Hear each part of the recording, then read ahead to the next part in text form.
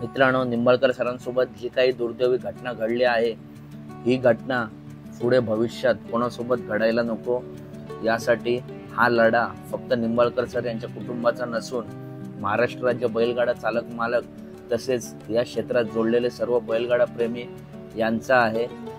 मित्रांनो, ही वेळ पुढे कोणावरती यायला नको, त्यासाठी सर्वांनी एकजूट होऊन काम करायला पाहिजे। आणि मित्रांनो, आत्ताच एक मोठे अपडेट आले आहे। उद्या सोमवार दिनांक 1 जुलै तावडी फलटण येथे निंबाळकर सरांचा सावण्य विधी होणार आहे।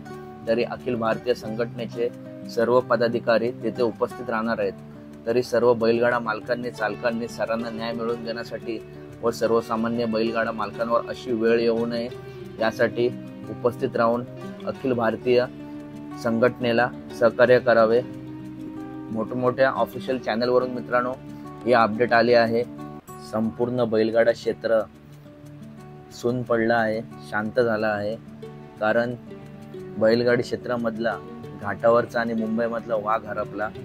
कमी कालावधीमध्ये ज्यांनी स्वतःच्या जीवावरती स्वतःचं नाव करणारे आपले निंबाळकर सर आपल्यात राहिले नाहीत। खरंच विश्वास बसत नाही मित्रांनो। तर एवढीच विनंती असेल की उद्या सरांच्या विधीला उपस्थित राहा आणि अखिल भारतीय संघटनेला सहकार्य करा।